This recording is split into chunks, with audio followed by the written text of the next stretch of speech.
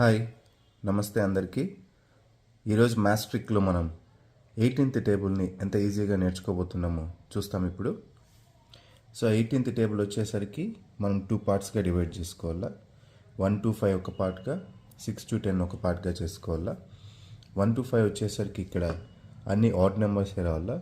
1 3 5 7 9.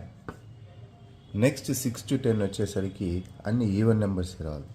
అంటే 10 12 14 16 18. సో ఇప్పుడు నెక్స్ట్ నెంబర్స్ని మనం కింద నుంచి అన్ని ఈవెన్ నెంబర్సే పెట్టాలి. 0 2 4 6 8. సేమ్ అలాగే పైకి కూడా 0 2 4 6 8. అంతే, 18th టేబుల్ కంప్లీట్. ఇలాంటి వీడియోస్ ఇంకా కావాలంటే దయచేసి ఛానల్ని సబ్స్క్రైబ్ చేయవలసిందిగా కోరుతున్నాను. Like, share and subscribe. Thank you.